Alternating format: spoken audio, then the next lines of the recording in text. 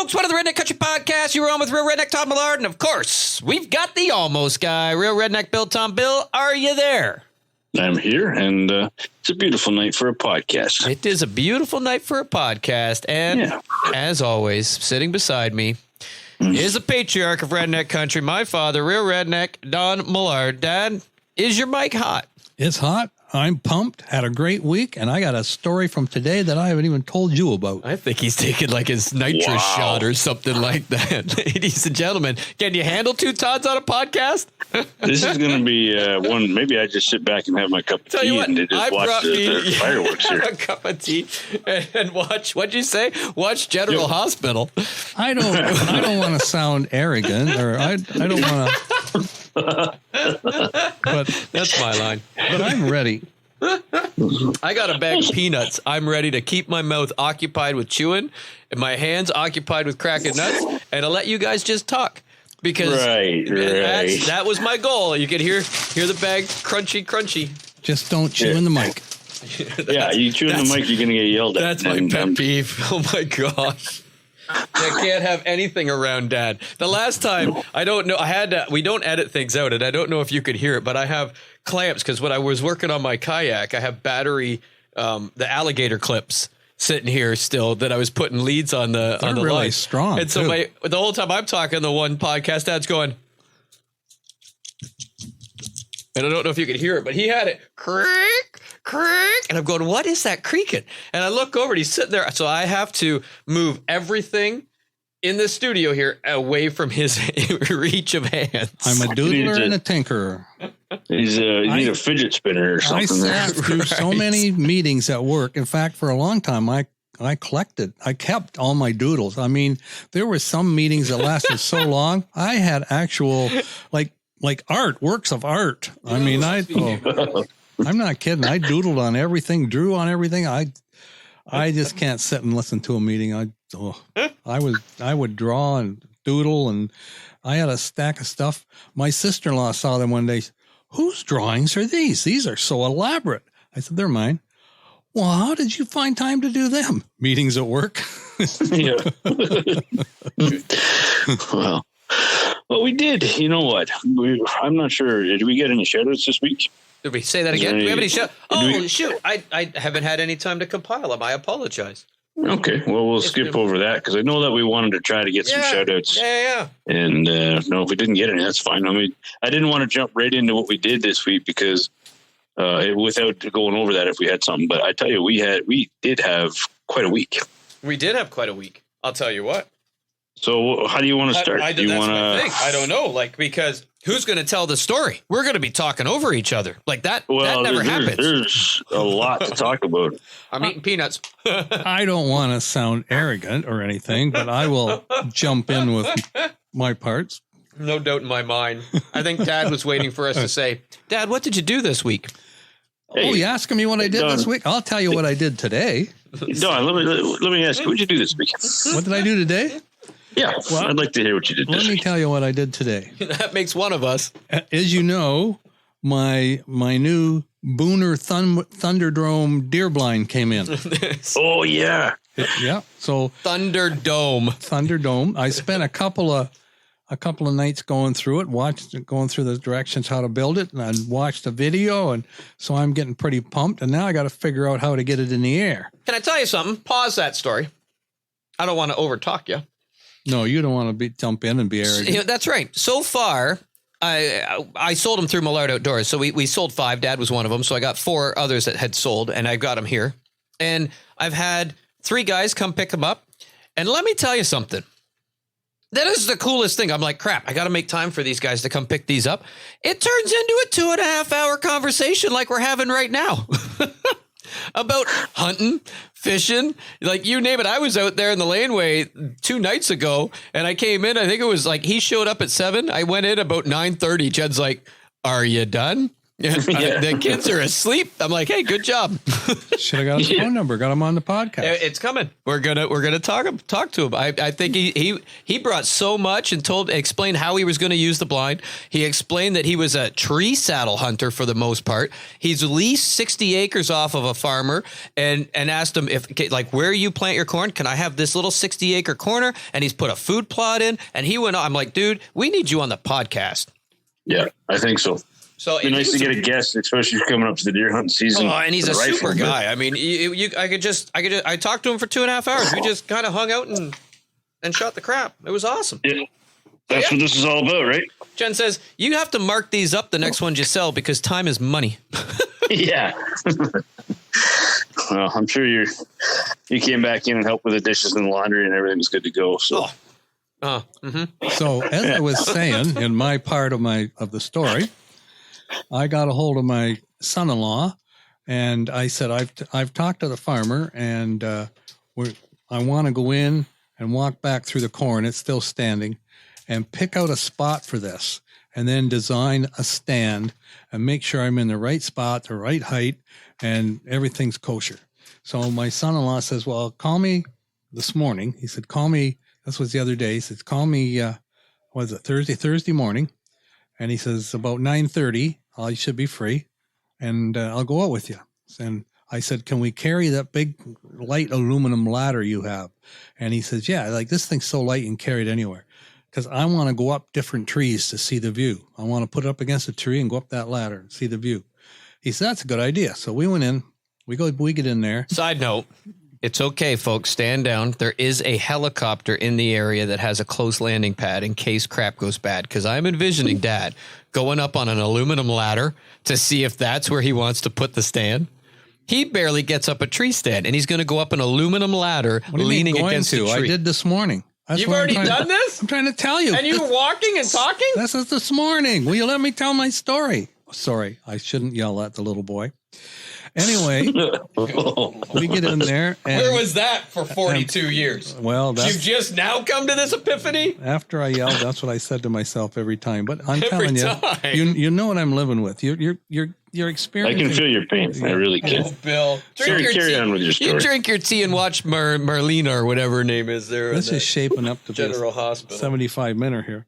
Yes. Anyway, I said, put them up against this tree right here. So I said, get a hold of it, Rick. I don't want to fall over. So I get up there and I take a look.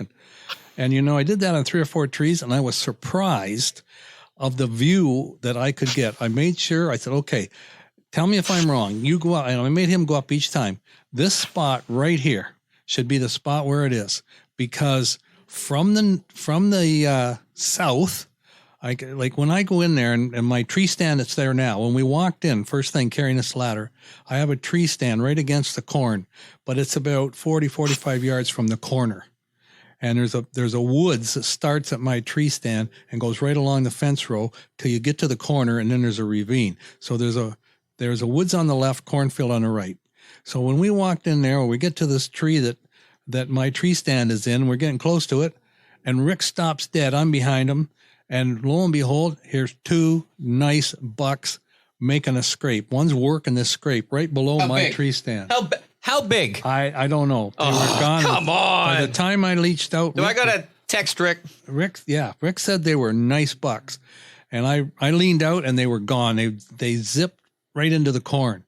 But that scrape was right at the base of my tree stand that's already there, and it was fresh. He was just working on it. So we kept going right to the corner. We went inside the woods. I might have to sneak out there. And right inside the woods is a huge scrape. And the trees are all rubbed. And then towards your tree stand is another scrape before you get to that cut that goes up and down. And then left of that is another scrape in there. That whole hardwood, small woods has got 3 scrapes in it. So anyway, my stand that's already there. To the south is a ravine. To the east is a cornfield. To the north is normally like a fence row, but it's another cornfield where the wood starts. Usually the same crops in both fields. Yeah, and crop share that field. And then to the west, it's woods. Okay. But my stand is north of the woods. So when I walked into this woods, here's my view now. I went up this ladder and I took a tape measure with me. Rick held it down on the ground and I took a tape measure up with me and I held it on my hip and I said, oh, right from this height, I can see over the ravine. I can see the ledge. You climbed a ladder and held a tape measure? And held a tape measure. And I can see the bottom. And the tape measure read 10 feet. So that's it. At my hip. So we're going 18. Hang on. So every time I went up and got the view I wanted was between 10 and 12. Because when I got past 12, the leaves were still on. But when they fall, too many limbs. The limbs aren't going to fall, just the leaves. And every time I got up, I tried to see, okay, here's the cornfield. Look out of the woods to the cornfield in the east and be able to shoot the field. I can do that between 10 and 12. I can't above it. To look over the ravine, I could still look over the ravine no matter how high it was, but it was overkill. But to look towards Todd's stand to see through the hardwoods between 10 and 12 was the magic. I could see right as far as I wanted to, right to that cut, except any higher was all limbs. So I could see the cornfield on the south. I could see the cornfield on the east, and it'll be cut, I hope, by the time we go. So there'll be open fields. And I could see in the woods as far as I could shoot to the west, and I could see over the ravine and shoot right to the bottom to the south. Or the north. So that's pretty exciting. So I mean, the one thing that you're going to have to do is decide how early you're going to take a deer. By the sounds of it, you're going to wait, or are you going to? We've already said that. If it's brown or down, if it's brown, it's down. But anyway, so. But he's not bow hunting. He's waiting until black powder. This is just black powder. The controlled hunt for us. So first week in November. All right. If I sneak in ahead of time with my bow and take one of them bucks. So we measured off. I said, okay, I want this base 10 by 10, even though the blinds are 84 by 87, an octagon, 5-sided. 6-sided. Or 6-sided. I want it 10 by 10 because at the widest point, they're just over 7.5 feet. And then they go down to just under 7 feet, depending on what point to point you measure, right?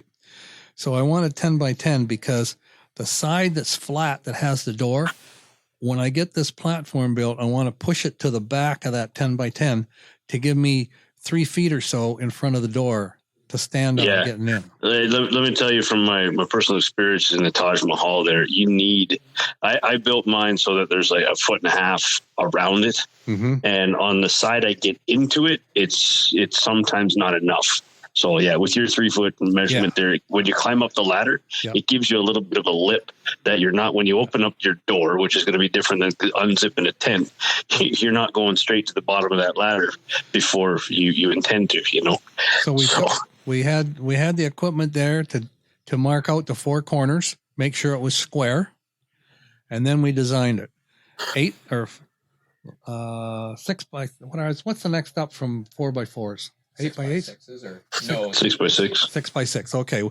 8 by 8s, man. You ain't the carrying ground them is in. not completely level.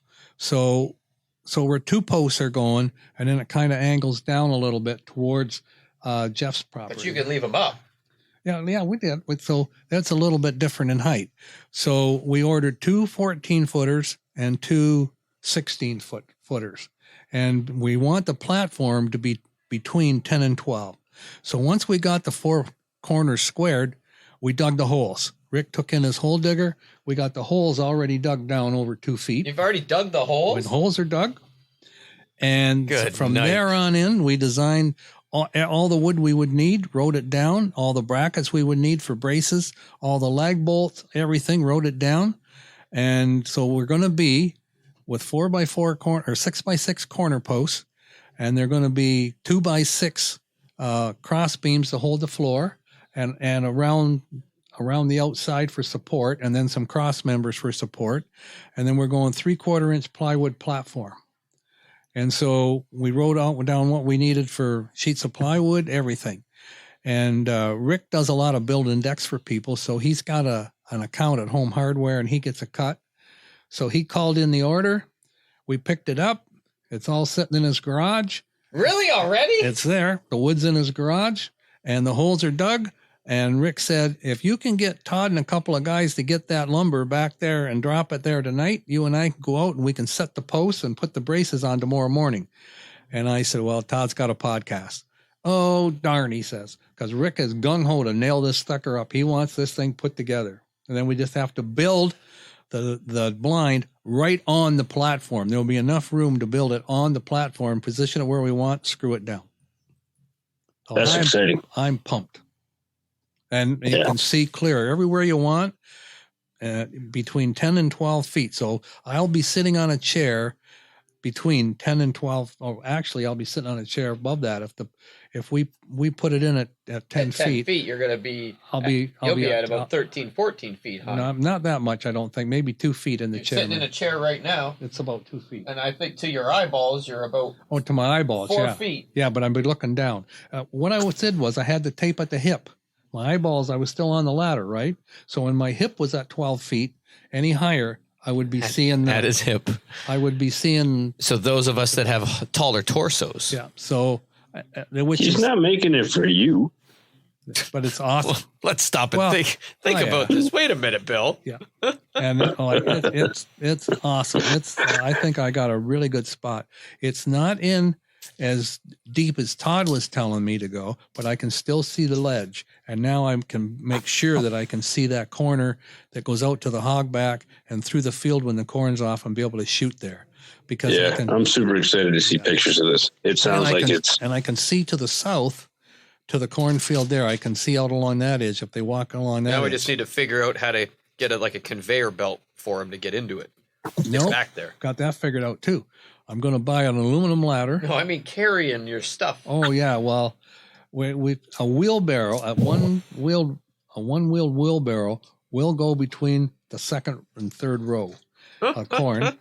And if you just put one 4x4, it means 4 trips, but you can wheel her in. I'm thinking you're hunting stuff. Oh, if you built this right.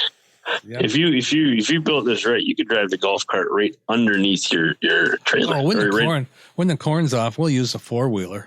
Oh, I see. Yeah, when the corn's off. But right now, it's right against the head. Corn's right against the head, right against the fence row. There's no hedgerow. And there's no hedgerow. Yeah, they don't waste a bit. Usually the hedgerow, there's 10 or 12 rows off by the time we hunt. But right now there isn't. That's good for my stand though, because it pushes them right to my edge. Yeah, funnels them right into you, doesn't it? Oh yeah. So that's my story today. He's at work now tonight, and he's been texting me. Did you get the lumber in there? We want to build this sucker tomorrow. He thinks we can knock it out in a day or two once we get the lumber in there, and it's going to be cemented in the ground. We got 2 bags of that ready set. We'll just dump a half a bag in each hole. Take in jugs of water, and the rain will do the rest. Well, the pictures. I need to see some pictures of this one in progress there. Well, when it's on the ground. Oh, you mean the before pictures? Yeah. I was telling you to get in. I'm going to get an aluminum ladder and lean it up in there. But it's where the ladder is going to be. The ladder is almost going to be touching a tree, and so when we get up high enough, we can put a handrail from the tree up to the deck. And then Are you on the inside of the fence row? Oh yeah, we're towards my stand? Yep, we are. Good. Yes, we are. Not as far as I think you told me to go. But that's okay. But as long as you're inside the fence row. Because I can still see you're on that property line. Yes, we are. Yes. That's what matters. Closer to the field that I can shoot in, but I can't shoot past that cut anyway, no matter even if I was right next to it. Won't matter. I got it covered. That's what I said. You got it covered. So anyway, holes are dug. I've taken enough time. So that's my story from today. He relinquishes his time. Yep. I can see you be the one that shoots a big buck this year. That's for sure. Todd will be dragging a lot of deer this year. I was not doing a lot of shooting. I did them all last year. I was hoping I could get it in there somehow tonight, but there's no way I can get that wood in there tonight. And it's going to be a haul. It's going to be a haul even getting the blind in. We're going to have to probably take it in pieces. Yeah, but that's light plastic. Yeah. But it's, getting the those 4x4s or 6x6s are going to be the tomorrow worst. night, I guess we got to take it all in. Well, yeah, we'll talk about give you something to do. Don't worry about it. We'll Give you talk something to about do. It's good. Well, progress next podcast, I guess. Yeah, we'll see. Yep. Hopefully it'll be up. Hopefully it won't be from the hospital. Yeah. But it's okay, folks. We can go mobile. That's it. So, Okay. well, Who's next? What'd you do this week?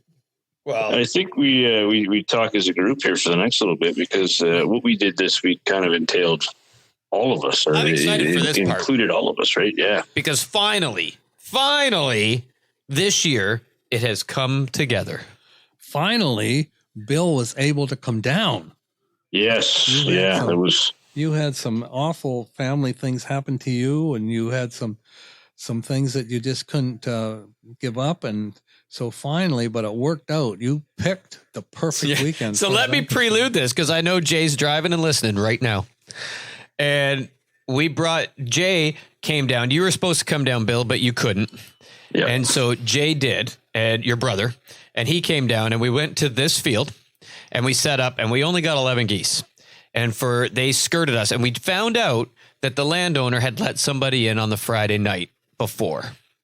So that made them very wary and explains why we only had a few flocks come in and the rest just hung really high.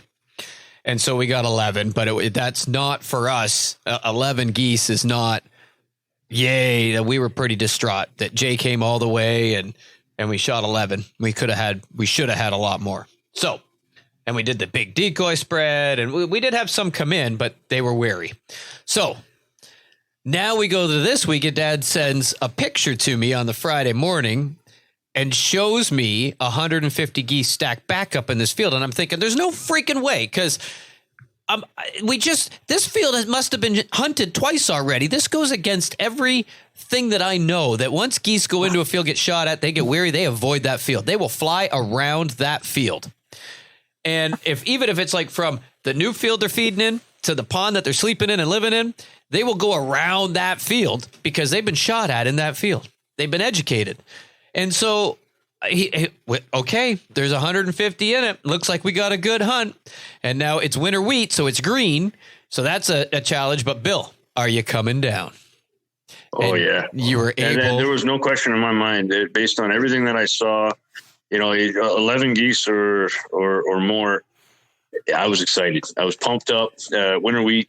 I didn't have any idea what was around the area as far as crops or whatnot. But when your dad sent that picture, was showing that many geese in the field, that just made it even more exciting to have an opportunity to come down there and sit in the blinds. So yeah, there was no. You know what? I don't think I'm going to come. Yeah, I'm on my way. You're coming.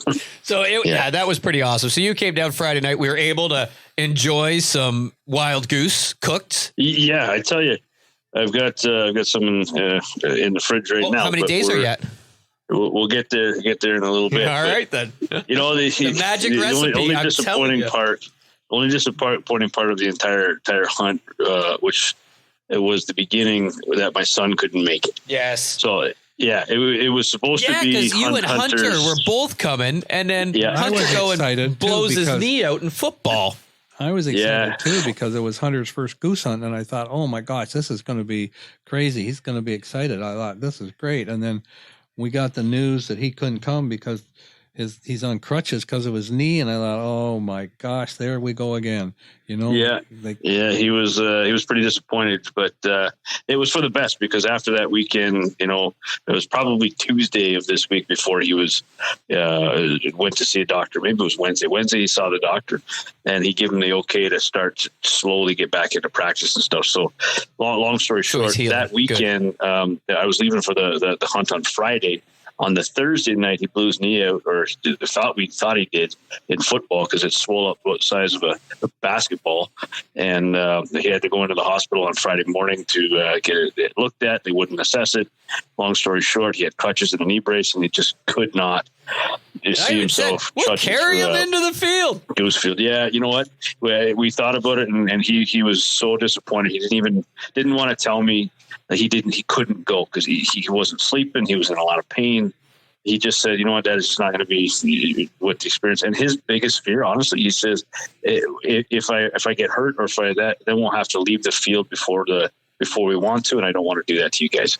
And I said, "Oh, kid, I mean, that's awesome, but raising them right, Bill. If you want to go, then we'll figure it away." And he says, "No, maybe next time." So.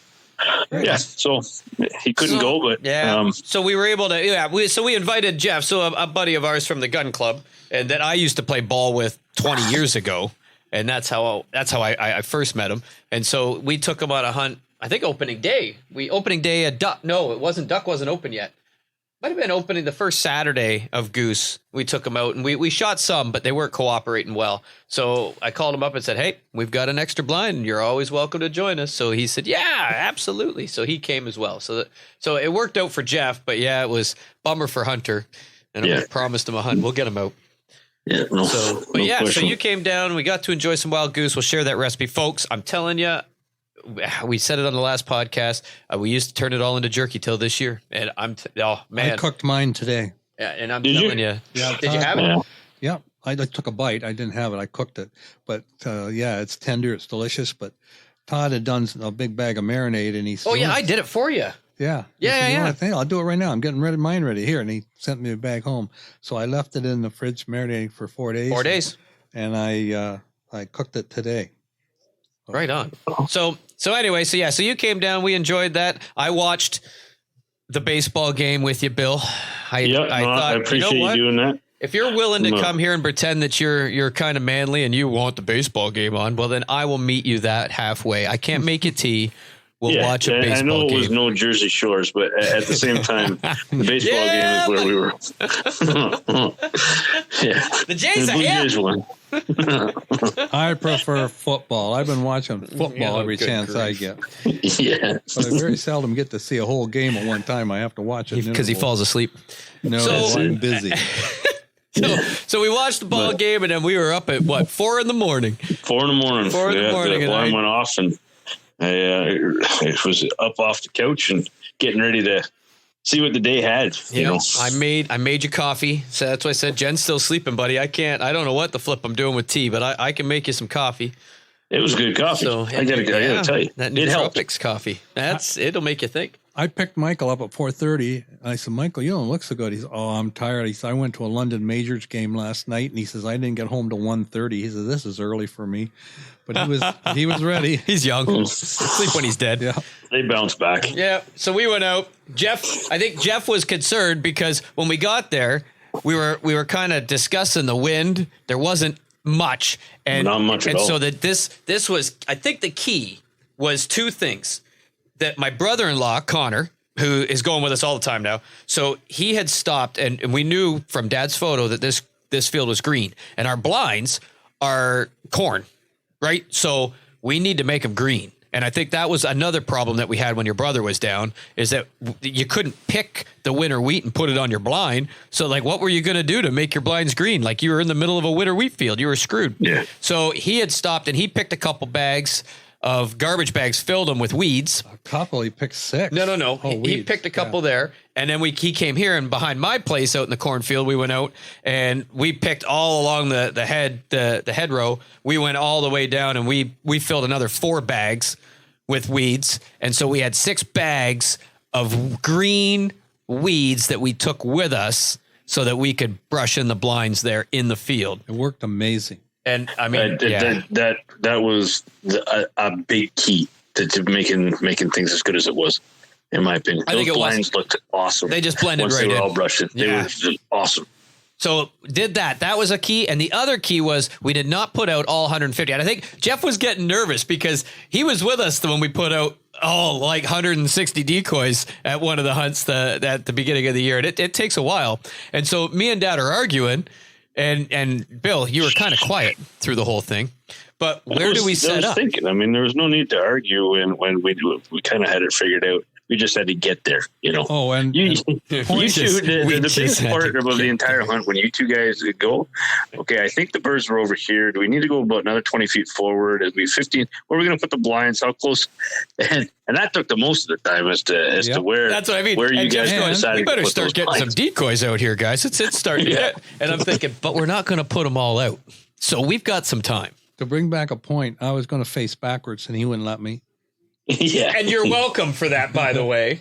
Because that's the last time they were all landing behind us. So he was going to help the beginning of the hunt, but we'll get there in a minute. We'll get there. So I think the key was the brushing the blinds and then the decoy layout. So we weren't dicking around with no L or J hook or anything like that. I almost debated, because no wind, of putting 4 families out and having like a big 40-yard square in the center, and then we just set up in one of the families and let them, hopefully they'd go to that center in between all 4, like the 4 families in like a plus sign, right?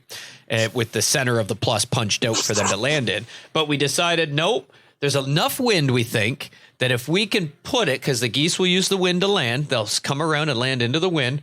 And if we can make that little mini horseshoe, but we're not going to use all 150, because if they do, with no wind, want to land behind us, that pushes them too far back. When you got 150 decoys back, you're like 15, 20 rows of decoys where they can land. Where that was a good decision. They at least want to land with the decoys. And if they right? want to land outside the spread, they're way too far outside. That's what I mean. Yeah, like they're going to go, oh, we're going to land on the outside of the spread that way. Well, that's 150 decoys away. Like that's 100 feet. You ain't shooting, or 100 yards. You ain't shooting that far. So you watch them land, and then you got to get up and run and maybe get a crack at them, but scare them out because they'll pull the others there. So I said, no. We're going to make it thin. We're going to make it only 3 rows. We're only going to put out, I think we put out 100 decoys, if that.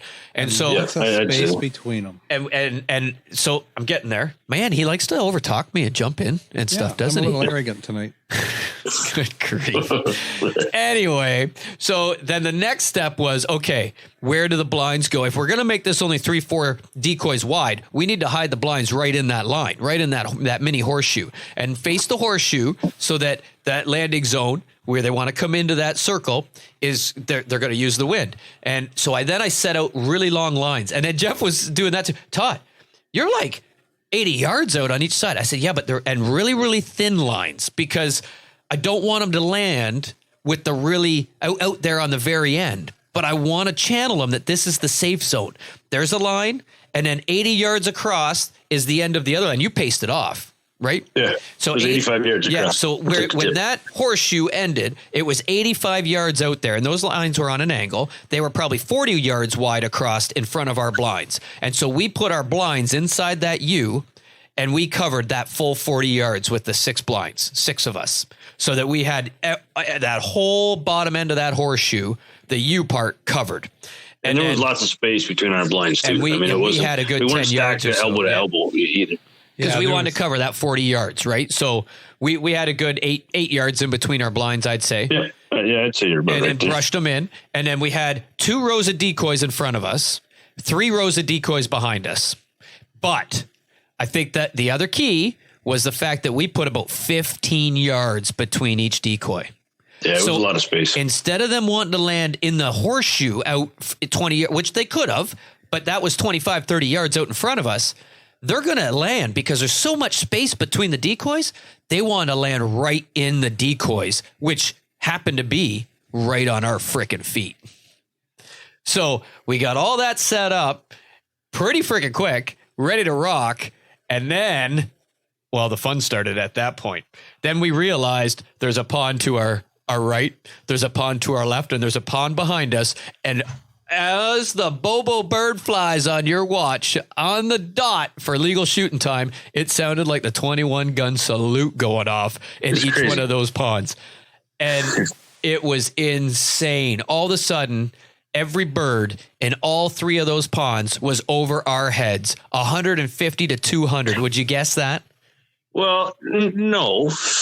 I think you fast forwarded through a little bit of something here, which I know you want to fast forward. I know where he's going. No, I don't know what you're talking about. Bill, you are breaking up right now. I'm sorry, Bill. Bill, are you still with us? Too much well, it's been a great podcast, folks. It's yeah. the way the hunt typically it goes is every time you go hunting, you got to shoot the scout bird, right? The first bird or the first couple birds that comes in This wasn't a scout, though. He wasn't even turn his mic off for a second because he's going to try to justify this for a second. He wasn't I'm not even sure of if he this can right now. Earth. He migrated from Mars. Yeah, right. And He we'll migrated get there in from about 10 Krypton. seconds after Todd put a piece of duct tape on him for just 10 seconds. He migrated from Krypton. Okay, but they were not as early as they were the last time we hunted this field. No. Well, I don't know. I mean, they were scared out. What I do know is a solo bird comes in right, I don't know, right after that barrage. Yeah. Uses the wind perfect. Went behind us. It came right down. But it got behind and that bird, the only thing that bird did is he didn't come down the center of the pocket. He came behind us. And it's not like he came behind us and buzzed the set. He came behind us and landed, I'm going to say 15 yards directly behind Todd's blind. 15. Would I be exaggerating, Tom? I think you are with the 15 About yards. 15 yards I don't right know behind Todd's if blind. he was that close. I watched him the whole time come in, and I went, holy moly. Maybe 115. He's going to be land on Todd's he was head here. 15 yards right behind Todd's blind, landed on the ground. First bird of the day. Got to kill it. What happens was we all kind of decide who's going to take it. Who's going to take it? Todd says, I got it. He opens his blind. That bird is on the ground. It takes starts one to run jump. like a turkey. It started to run. 140 mile an hour. 140 instantly. That was the holy cow. It was the Ben Johnson of geese. That thing was so fast. It was a blur. Smack him. Our listeners want to hear what's going on here, and all they can hear is Todd yapping to try to defend himself from the fact that at 15 yards he opened the blind. Now it's running. It's 20 yards. Todd takes the first shot. The bird laughs at him. Todd takes his second shot. Now it's 1 foot off the ground. Misses. Takes a third shot. Doesn't touch a feather on this bird that started off on the ground 15 yards behind him. The bird flies away. Not a pellet in him for the There was first more bird. than my shots. Who else shot, Bill? Oh, Michael. Connor shot. Did Connor shoot? I know Michael did because Michael jumped up beside me, and after Todd's second shot, Michael unloaded 3. That bird was and from Connor Krypton. shot 3 as well from my right, and nothing touched this bird, and it flies away. I needed to load those. It just laughed at all of us. Robo Goose. But the best part of that story was Todd 3 shots, 15 yards on the ground, first bird of the morning, and he misses. And Todd looks over at Michael and I, and he says, "Somebody tell me why I missed that bird." all I'm thinking is, you let the scout go. Yeah. Oh, this is not a good omen. No, and the only thing I had to say was there was too much space around it. Then I didn't want to shoot the decoys. Within 10 minutes, we got the air full of geese. 150 plus. Oh, after that scout was gone, when we kind of had our hopes down a little bit because that was a bird. And I've been thinking, we had our hopes down. Nobody shared that with me out there. But I'm thinking when they're flying over us, holy crap. Dad sent me a picture of 150 geese, and I'm looking through my blind right now, directly over us, circling us over and over again, louder than anything you could imagine. 150 plus geese. This is every goose that was feeding in this field. And I'm thinking, oh no, if this matches the picture I got, if this is them all coming in at once, we are done. Miss the scout, and once we even attempt shots at this one, it's over. And I'm thinking, is this all there is? Bill came down for this. Yeah, that's what I'm thinking. But we had agreed in the car going down that, instead of trying, if some come down on the ground, you're thinking, okay, leave them there. Let me clarify that. Somebody call the shot. If there's just 2 of us, if there's just 2 of us hunting, it's easy. Right? Because 5, you got 150 flying in the air, and that's a lot of eyeballs to pick out something that's wrong. So they start to come down, and then they see one goose sees something he doesn't like, and he starts to go up. The rest follow him and flare up. And they'll circle again. And then one sees something he doesn't like, and they flare up. And it happens over and over, and then they eventually just leave. And you never get a crack at them. And you may have 15 come low enough that you could have shot, or if 5 come low enough that you could have shot those 5. But you're looking at the other 145 up there thinking, let these 5 land and the rest will come down. Never happens. So we declare it ahead of time. Any bird comes low enough. If there's just 2 guys, you don't care about shooting the 5 that come low enough because you only got 6 shots between the 2 of you anyway. And therefore, you might as well take these 5 and screw the rest because you're only going to get that one crack at them anyway. But when you got 6 guys and only 5 come down, you're thinking of all the other hunters. Yeah, I don't want to shoot those 5 because I want other guys to have a shot, and we could have 150 come down on us. And then those 5 come down low enough and then flare, and then they all leave and you don't get a shot. So we said ahead of time, if even 4, 3 come low enough that we can shoot when we've got 20, 30, 50, 100 in the air, we're taking the ones that are low. We're not letting them go. And so that was the thing when all those birds were flying, it was tough to figure out when to call them. And I said to you, hey, you better call this. And it was 5 coming down. There was 5 floating down. right over us. All right, you said it. It ain't on me. They were coming right in, wings set, dropping in a hurry. So let's get them. And I thought, I'm just going to focus on the 5. To heck with the rest of them because I trusted that Todd would call this shot. And I thought, oh my God. Bill said, you better do it. So committed. Let's take them. So we jumped up and 5 dropped. God, they didn't even hesitate. I will tell you, down. I did shoot one of those. So my gun did shoot a goose there in that first 5. I redeemed myself for the one on the ground. Yeah. I don't like shooting them on the ground. That's not fun. It's not sporting. I think some of them 5 took hits from more than one person. Oh, I guarantee they did. Those were, but those 5 were perfect. They came right down that arm, right the way they're supposed to be. They came in front of Connor, myself, Todd, and like we waited until the first 2 passed, and we shot them as a group perfectly. Yep. And nothing of those 5 that we shot at left. And then the other 200 took off. And before this, they left, and I thought, and then I'm going, that could be it, guys. Yeah. And I think I said to you, Bill, Bill, you came all the way down here for that. Yeah, that could have been all of them at once. We didn't know. Because that was what looked like in the picture. Jeff was a little concerned because he was a little apprehensive at the start because he said to Todd, "You know how long that arm is out there?" Yep, and you know how long he kept saying, yep, "You're out there a long ways. Like those decoys are out there, but they're a thin line, one single line. It was a single line of decoys that we didn't start to build out into the 3, 4, 5 wide until we got to the first blind." And then we built them out of the horseshoe and then built it out behind us so that they don't want to land with a single file line. They want to land where the major flock is. And so, he was concerned, but they came down. So as the morning progressed, it was 20 minutes, half an hour. Yeah, it was. There was some flocks kind of flying slowed down here. a little bit after that first barrage, right? And there was flocks flying here, flocks flying there. You could see them. I'm calling, and nothing. They wouldn't look at us. And then we're like, well, that might have been it. And then a flock coming over the cornfield to our right, low. Here they come. And that flock came right in, right like textbook, locked in. And it went over us, Bill, because they were navigating towards the pocket in front of Dad. Dad was the last blind. Yeah. Landing gear down, feet right and they in would your come face. right over us. And it was just, soon as I seen that there was enough in front of Dad and Michael to shoot, let's take them. And oh, did we make it rain. Yeah, I don't think, but maybe one bird left out of that flock that came in, and there was 6 or 8 that came in out of that one. Yep. Maybe we missed 1 out of that one. We all shot well. I tell you, it was a great. So I will say, and then you got a band out of that, but then there was a flock that came, and it was later on. We had we had 23 down. I think we could only shoot 30. We're like, okay, we need 7 more. And here come a flock, and they start to lock, and then boom, they start to lift, flare, and they flared fast. And I just, holy crap, let's take them as fast as we take them. And they were over me, you, and Connor. Connor on the end, you, then me. Let's take them. And they were up there. And I jumped up, put my gun up, and I went, no.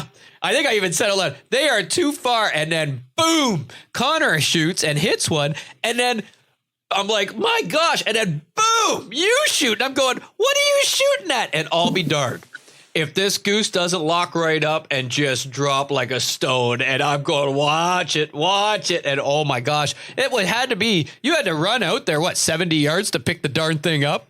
I did. And it fell straight down out of the sky. And all I can remember you say, whoever shot that one's my new hero. I'm like, who pulled the trigger on that? Who was that? You're like, that was me. I'm like, my gosh. I started calling you Bionic Bill. I said, you're no longer the almost guy. Freaking Bionic Bill. That Nootropics coffee, because I will say, my man, I was impressed with your shooting, because there was times I'd call it only 4 or 5 birds. And I thought, I've shot enough geese. And by now I had shot enough geese that morning, and I've shot enough geese and over the myriads of time. I got Jeff and Michael to my left, and then Dad. I got Connor to my right, that it's first year, but he's shot a lot of geese already.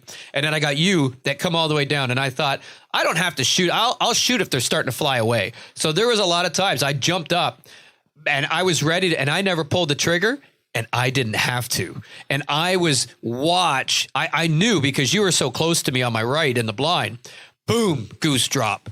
Boom, goose drop. And I'm going, Bill is on. Like I lined up on one, and I thought, okay, I hadn't shot a goose in like 3 flocks because I was letting guys shoot. I'm taking one out of this one. And I jumped up and lined up on one. And before I could pull it, and I'm usually pretty quick, before I pull the trigger, boom, this thing folds. And I'm going, who shot that thing? I don't want to sound arrogant here, but I remember showing Bill how to shoot those high ones. Yeah. I learned from the best. That's it. He's a fast learner. He was that morning. See, it was a coffee. You need to get rid of that tea. Yeah, I took my time. I picked a bird out. Buddy, you were shooting like a rock star. I will tell you what. Connor too. Like Connor was smashing geese too, and he's quick. He'd jump up and hammer. Like there was 2 come in, jump, boom, boom. Hey, there's other hunters here. Yeah. Well, and there was one. Your dad had a classic. Solo came in, and that bird flew right across. I could have reached up out of my blind because it came from behind us. I don't know. It was a solo that came in. We're getting down to the last few birds. I think we had 28 or whatever it was. We still needed more. Anyways, a solo came in, and it came in from behind us. And you and I could have probably reached up, Todd, and just grabbed it by the feet. And it flew right across the front of the set over those front decoys. And we're like, who's going to take it? Who's going to take it? And your dad pops up. I got it. Kaboom. One shot. And that thing was, it cartwheeled across the dirt. And that's the classic one shot smackdown right there. One shot done. No wasting ammunition on that guy. That's for sure. Yep. So it was awesome. I mean, it's hard to describe all of the volleys that came in. I mean, Jeff was blasting them and dropping them. Michael. I mean, it was awesome. And we were screwed up a few, but you're laughing. You know, you're having a good hunt when you screw up a few and you're still laughing. So you guys got up and went for a walk over to the truck and to pick up geese way out there. And we had first world problems now. So now it's getting to be a little later in the morning. It was like I believe at 8:45, we had, because I sent a text. It was 8:45 or 10:50 to a friend of mine that said, "Hey, there's a dead deer," and I said, "Oh, we're out shooting geese right now, or I'd go get it." And she replied back with, "Oh, those geese, get them all." And I'm like, "Yeah, we're only 3 shy of a limit." And so that was at like 8:45. It's now 9:20 or something, and we need one.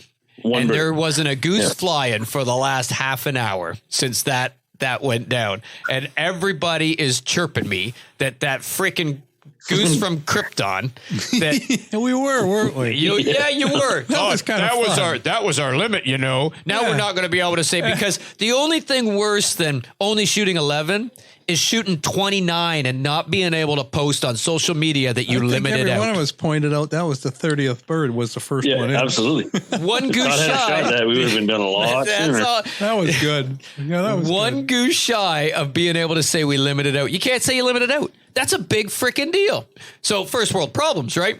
So we're sitting there the whole time. Well, you and Connor here come a flock. And they weren't even looking at it. I got on the horn and I'm just thinking, I got to pull at least one of these guys. And I'm just going to crazy.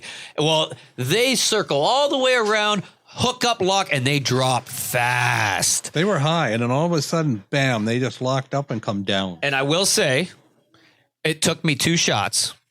But I shot the last goose for the limit. And you and Connor weren't there, and I said, I've got it. and they dropped in a hurry, and they came in textbook, and I'm just thinking, oh, my goodness, this is a perfect flock for everybody, but we only need one. We only need one. Yeah, and that I bet you that took the monkey off your back when that bird dropped. But it did take you 2. I got to say that. It did. Because he was up there, and I'm thinking is, this is the last goose. You already screwed up once. Don't do this. And he's directly coming. I'm up, and he's flying straight over like a straightaway. And I thought, just cover. I went, bang, crap. I shot in front of him. I had to recalibrate, and then because I realized he's way too close to be leading him, and I had to come back to him, and then bang, and then feathers, poof, he just neck feathers everywhere. Down he came. Neck feathers, neck feathers. I can't even debate it because I wasn't there. That's right. They were light grayish going up towards. They were neck feathers. Yeah. However, we were sure the one that you dropped was your bird with that band. You got your first ever band, right? I did, yeah, and that was awesome. a special thing for me. I've been hunting geese. And there was another one out forever. from Michael that was banded, and Michael says, "Well, I shot at it, and I believe I hit it, but I don't know if anybody else hit it too." So everybody just said, "Your bird, Michael." So he was pumped because that was his second band. And you got one too. And then there was another one out in the field in front of me on the left that I know I shot at and hit. But I even said, "Hey, anybody want the band? Because I've got a string around my." Doesn't mean to sound arrogant or anything, but he's got a lot of bands. My stringer's full of bands, and I thought they're a big deal. The new shooters, right? Yeah, for me that was shooting a limit. Yeah. It was a highlight, but shooting your first banded bird. But honestly, like 25 straight. There could have been two other guys hit that bird because with 6 of us. There could have been 2 other guys hit that bird. I know I got up, got on him, shot him, and he come down, but the guns were going out. Boom, boom, boom, boom, boom, boom. So it's not uncommon for somebody to shoot the same bird. And I said, anybody else think they shot that bird?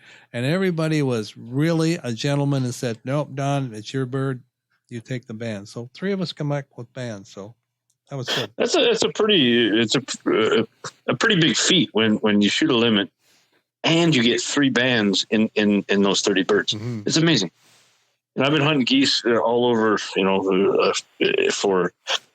I started hunting, and I have never, ever shot a banded bird.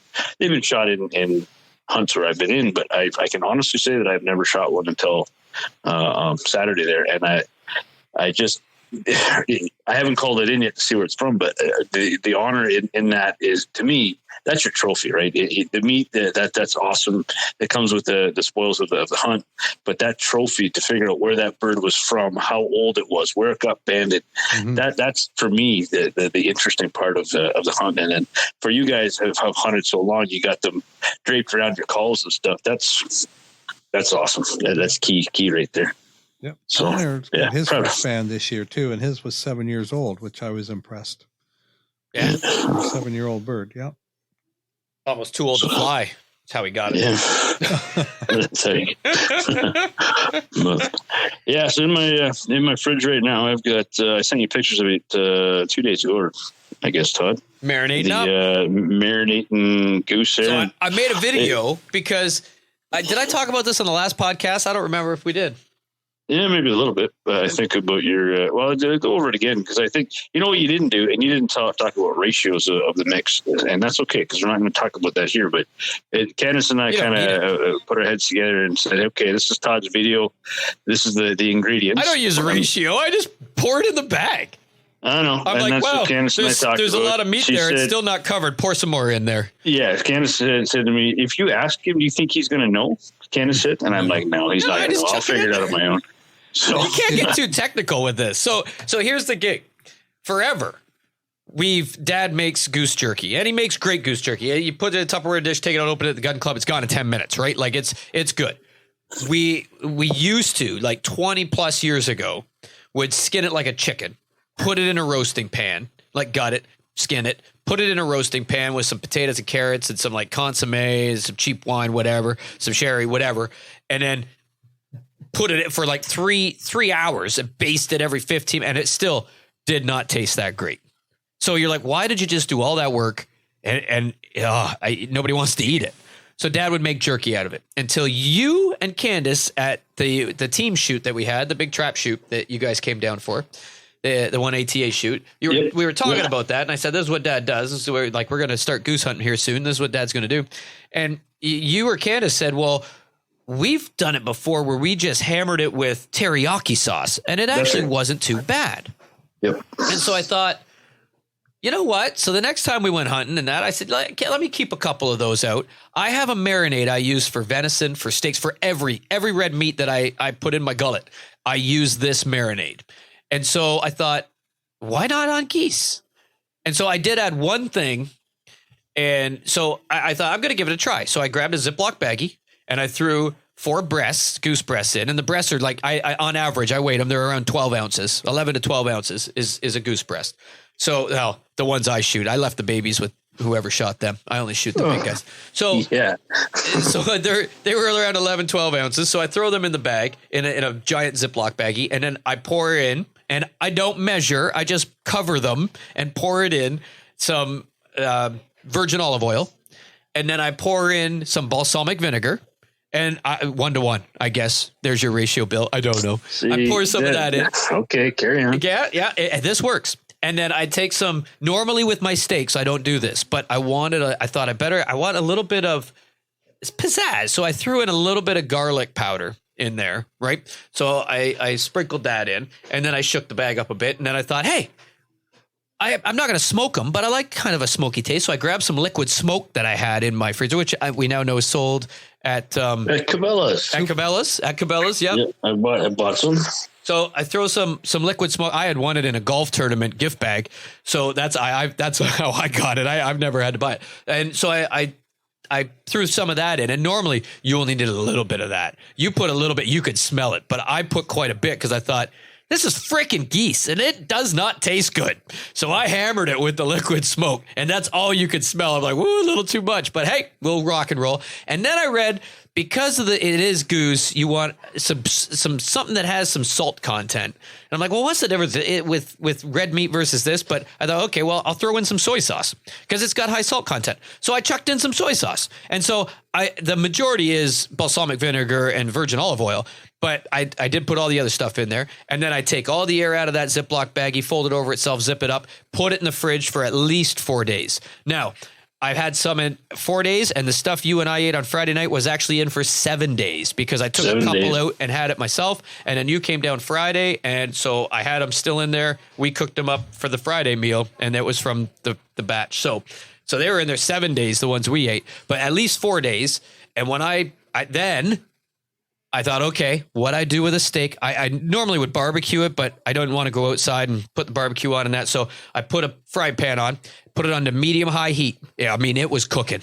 And so I know every time I do this with my steaks, Jen yells at me and the freaking smoke alarm goes off and the place looks like we've got to get some services coming. So I threw the fan on and got it smoking hot, put a bit of oil in there, and then I threw them in 4 minutes aside. And I'm like, I read online 4 minutes aside, and I'm like, 4 minutes aside when I'm searing these, I'm going to cook them right through at medium high, but you didn't.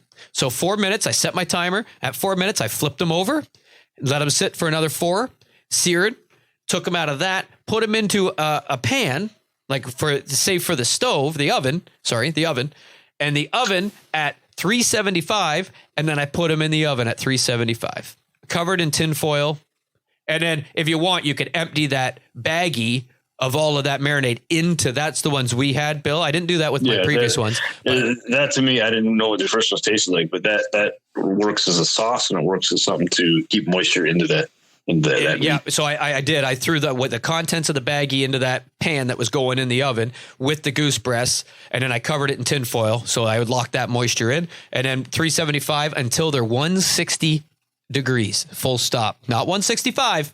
They have to cook to 165, but you pull them out at 160 and leave them covered for 5 minutes. They will hit 165. And so that's a key. When you take something out of a barbecue or an oven, it's still cooking. It's when hot, you cover it with a tin foil, it's still cooking. And if you take it off at 165, by the time you're ready to eat it, it'll be 170, 175. And they say you don't want to cut into it for 5 minutes because the juices all go to the center. Take the juices out of it. And as it cools, those juices go back out so that the whole meat gets the juice everywhere. And when you cut it, it's just not going to release all the juice out of it. So I said to you, I checked it with the thermometer, and I said, it is 160.5. I said, it's wild goose. Do you want to cook it? Make sure it's cooked to 160. And you said, no, take it out. It's going to go up 5 degrees. I said, are you sure? I'm okay with that. But it's wild game. Are you okay with that? Yeah, take it out. So we took it out at 160.5, set it on the counter. We waited 5 minutes, and then I had cooked some rice. We put the better rice down, and then I sliced it up in about, half-inch thick slivers of or little rounds. And dude, it was awesome. It was good. Yeah, it was quite tasty. I mean, I modified your recipe a little bit. Of course. So it's not. Sorry, Candace. It's not going to be as good. Well, it'll be a little bit better because I added a little bit of onion salt, and I added some Montreal steak spice. Well, see, and I was going to add mushrooms. No, that was ruined for me on Friday. Terrible. Oh, you can't do that. You can't do that and live. I can tell you that for sure. I'll give you that advice for free. Yeah, you can't do that and live. I really want to see what happens. Yeah. So we got we got our Thanksgiving weekend that we're going up north for this weekend, the Canadian Thanksgiving.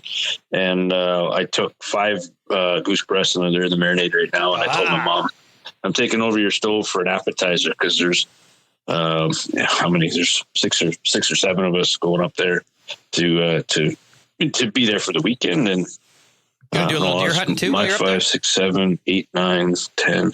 Yeah, there'll be 10 of us up there. So it'll be good to have a little bit of a snack. We're gonna cook it up, and I'll cut it up. Maybe put some Melba toast because I like the Melba toast and some cheese together, and put a platter out a charcuterie board of goose meat.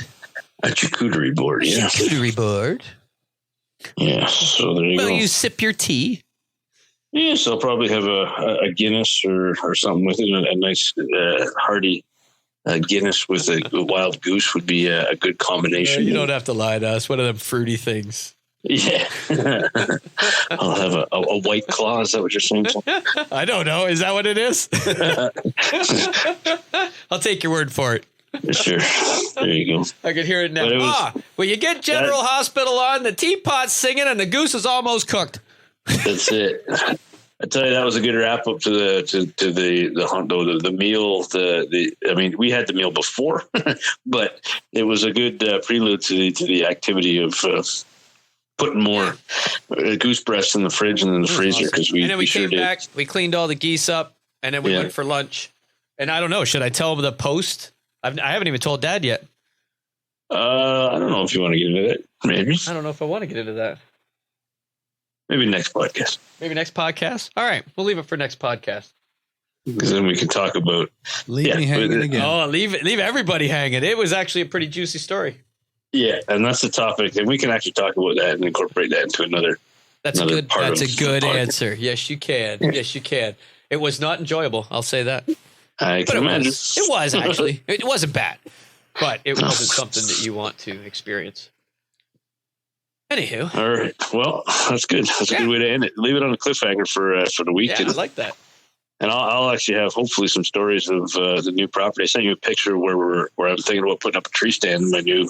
Yeah, you've got some work to do now too. Yeah, it's starting all over again, right? Like we talked about. I won't go into too many details, but my brother TJ, the Alliance, is going up to scout out some new property. And I've got a spot. I looked at some aerial photos. Google Earth is really good for looking at some of that stuff. And I think I got a pretty good pinch point there figured out from the history on the camp and where I've seen deer before.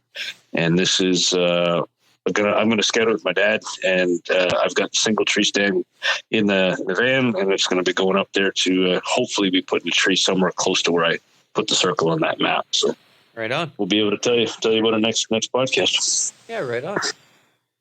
Well, good luck. I might get out hunting this weekend. I don't know. I haven't shot my bow much, so I got to get out and shoot my bow. Now, I guess I got to carry some wood in for Dad. I'm hoping normally this Thanksgiving, we're usually in the woods the whole stinking time bow hunting deer, but we'll see. Well, if you guys get out there, good luck. You as well. Thank you, Bill. That's great talking to you tonight. Yep. Appreciate it. You too. All right. Thanks, Bill. Have a good night, guys. Yep. And that'll do it for this week, folks. For the Redneck Country Podcast, I'm Bill, the Almost Guy Tom.